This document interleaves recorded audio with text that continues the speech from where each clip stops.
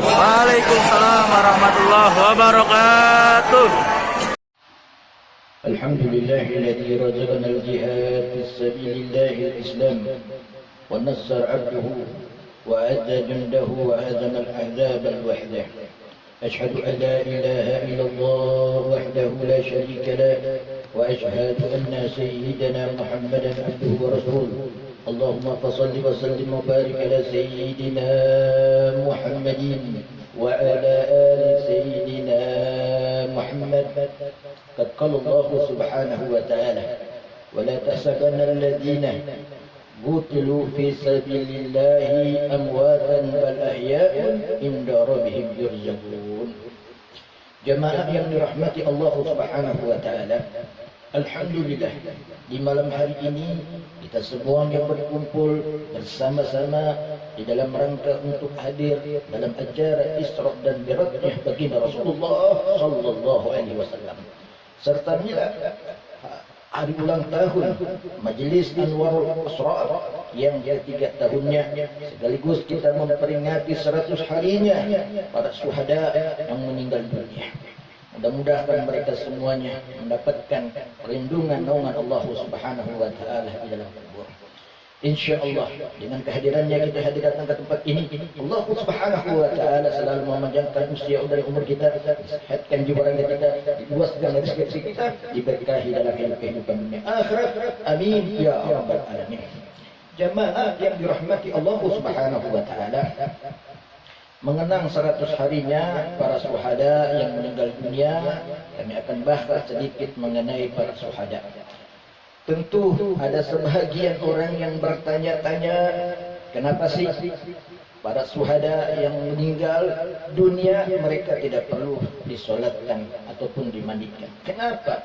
Karena hal ini Rasulullah SAW sendiri memerintahkan, sebagaimana di dalam hadis diriwayatkan oleh Imam Bukhari, tatkala para jenazah datang, para syuhada yang meninggal dunia di dalam peperangan Uhud, Nabi Muhammad sallallahu alaihi wasallam tegaskan dalam sabdanya, wa amarah bidafnihim fi dimaihim wa lam yusallu wa lam yusalla alaihim. Rasul sallallahu alaihi wasallam tegaskan, Nabi memerintahkan agar pemakaman mereka para syuhada bersama darahnya tidak boleh dan tidak usah dimandikan dan tidak boleh disolatkan. Inilah yang diperintahkan oleh Rasul sallallahu alaihi wasallam.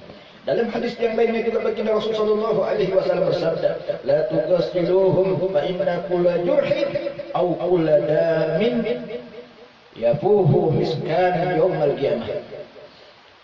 Kata Nabi, janganlah kalian memandikan mereka, karena setiap luka dan darah mereka itu akan keluar mengalir bau harum minyak misik pada hari kiamat nanti. Jemaah yang dirahmati Allah Subhanahu wa taala, orang yang meninggal dalam keadaan syahid, mereka akan mendapatkan keistimewaan dari Allah Subhanahu wa taala. Sebagaimana hal ini Allah Subhanahu wa taala menjelaskan dalam firman-Nya di dalam surat An-Nisa ayat 72. Allah jelaskan, falyuqatil fi sabilillahi alladhina yas'una al-hayata ad-dunya bil akhirah wa man yuqatil fi sabilillah fayaqtal aw yaglib fasawfa nutihi ajran adiman. Adapun orang-orang yang terbunuh di jalan Allah adalah mereka yang menjual kehidupan dunia untuk kehidupan akhirat. Adalah orang-orang yang berperang di jalan Allah Subhanahu wa taala, dan barang siapa yang berperang di jalan Allah, mereka gugur, mereka akan mendapatkan dan memperoleh kemenangan dari Allah Subhanahu wa taala.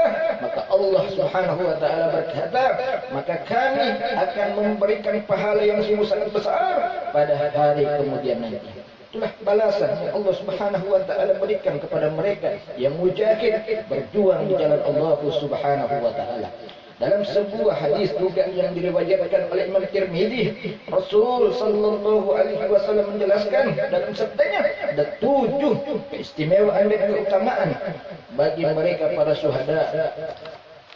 Yang pertama, diampunkan daripada dosa-dosa mereka dari awal mereka terbunuh. Yang kedua, diperlihatkan kepada mereka tempatnya yaitu surga. Yang ketiga, diberikan dan atau diselamatkan Allah Subhanahu wa taala dari azab kubur. Yang keempat, selamat dari hari kiamat, hari di mana hari yang mencekam. Yang kelima, mendapatkan mahkota yang terbuat dari yakut, nilainya lebih besar daripada dunia dan seisinya. Yang keenam, dinikahkan ia dengan 72 para bidadari yang ada di dalam surga. Yang ketujuh, dia diperbolehkan untuk memberikan syafaat 70 anggota keluarganya di hari kemudian nanti. Inilah ada 7 keistimewaan dan keanggungan yang mana mereka berjuang di jalan Allah, meninggal dalam keadaan mendapatkan ridho dan keridhaan Allah Subhanahu wa taala. Inilah yang saya sampaikan, insyaallah dapat bermanfaat. Usikum wa nafsu Allah. Assalamualaikum warahmatullahi wabarakatuh.